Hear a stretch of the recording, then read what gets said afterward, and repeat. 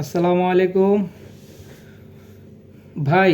প্রথম যারা বিদেশে আসেন, যে কোনো কান্ট্রিতে আসেন, অবশ্যই ভালো বুঝ পরামর্শ নিয়ে তারপরে বিদেশে আসেন। কারণ দালালরা কিন্তু যা বলে তা কিন্তু এখানে আসা হয় না। আমাকে বলছিল দালালে যে দুবাইতে তুমি বুর্জ খলিফা বিল্ডিংয়ের ভিতরে সুপার শপে কামে তুমি চাকরি পাইবা, খাবার দাবার সব ফ্রি। এই জন্য তোমাকে ডাইরেক্ট কোম্পানি ওখানে নিয়ে আসবো না, তোমার ভিজিটে আসতে হবে। যাক, কথা ভালো লাগলো। আর দুষ্ট লোকের তো মিষ্টি কথা, এটা তো আপনারা জানেনই অবশ্যই। তো আমি চিন্তা ভাবনা কইরা দেখা গেছে যদি ভালো জায়গায় কাজ হয়, ভালো বেতন হয়, খাওয়া দাওয়া ফ্রি হয়, বা এই কথা শুনলে যে কেউ অ্যাকসেপ্ট করবে। এখন দেখা গেছে মনে করেন আমি কোনো দিক পাস না চাইয়া তার কথায় মনে করেন মঞ্জুর হইয়া এই যে দুবাই দেশে আসলাম। আসার পরে এখন আমার সাথে তো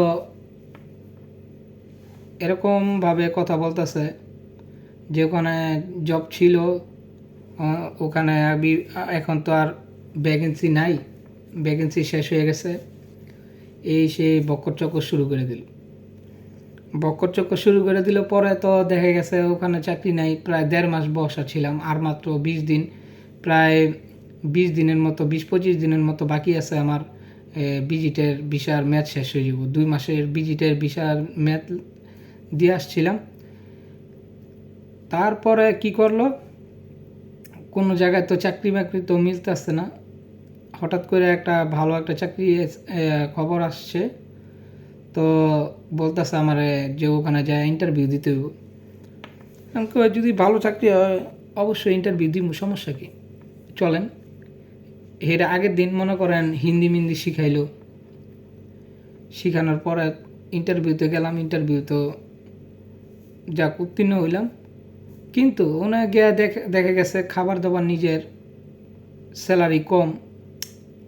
এখন আমি কইলাম ঠিক আছে, আমার আধা ঘন্টা সময় দেন, আমি আধা ঘন্টা সময় আমি নিজেরটা নিজে বুঝি যে আমি এখানে কাজ করব কি করব না।